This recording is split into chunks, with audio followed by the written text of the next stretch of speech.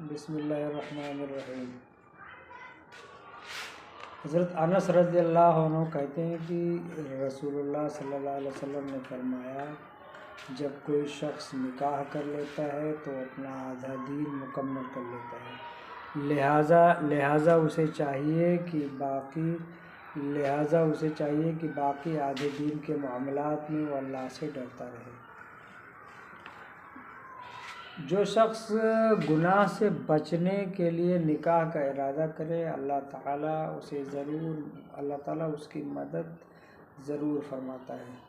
حضرت ابو ہریرہ رضی اللہ عنہ سے روایت ہے کہ رسول اکرم صلی اللہ علیہ وسلم نے فرمایا کہ 3 آدمیوں کی مدد کرنا اللہ تعالیٰ کے ذمہ ہے۔ نمبر 1، وہ غلام جو آزادی حاصل کرنے کے لیے اپنے مالک سے معاہدہ کرے۔ نمبر 2، برائی سے بچنے کی نیت سے نکاح کرے۔ نمبر 3، اللہ کی راہ میں جہاد کرنے والا۔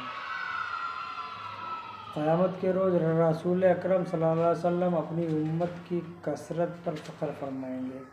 حضرت انس رضی اللہ عنہ سے روایت ہے کہ نبی اکرم صلی اللہ علیہ وسلم نے فرمایا، محبت کرنے والی اور زیادہ بچے جننے والی عورتوں سے نکاح کرو، کیونکہ قیامت کے روز دوسرے انبیاء کے مقابلے میں تمہاری وجہ سے اپنی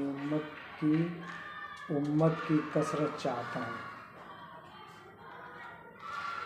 نکاح کی اہمیت۔ حضرت انس رضی اللہ عنہ سے روایت ہے کہ نبی اکرم صلی اللہ علیہ وسلم کے چند صحابہ رضی اللہ عنہ نے ازواج مطہرات رضی اللہ عنہما سے نبی اکرم صلی اللہ علیہ وسلم کی خفیہ عبادات کا حال پوچھنے کے بعد ان میں سے ایک نے کہا کہ میں عورتوں سے نکاح نہیں کروں گا۔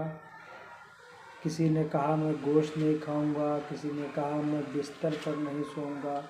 نبی اکرم صلی اللہ علیہ وسلم کو معلوم ہوا تو آپ صلی اللہ علیہ وسلم نے اللہ تعالیٰ کی حمد و ثنا کی اور فرمایا، ان لوگوں کو کیا ہوا جنہوں نے ایسی اور ویسی باتیں کہیں، جبکہ میں رات کو نوافل پڑھتا ہوں، سوتا بھی ہوں اور نفلی روزے رکھتا ہوں، ترک بھی کرتا ہوں اور عورتوں سے نکاح بھی کرتا ہوں۔ پس جو شخص میرے طریقے سے منہ موڑے وہ مجھ میں سے نہیں۔ نکاح نہ کرنے سے معاشرے میں زبردست فتنہ و فساد برپا ہوگا۔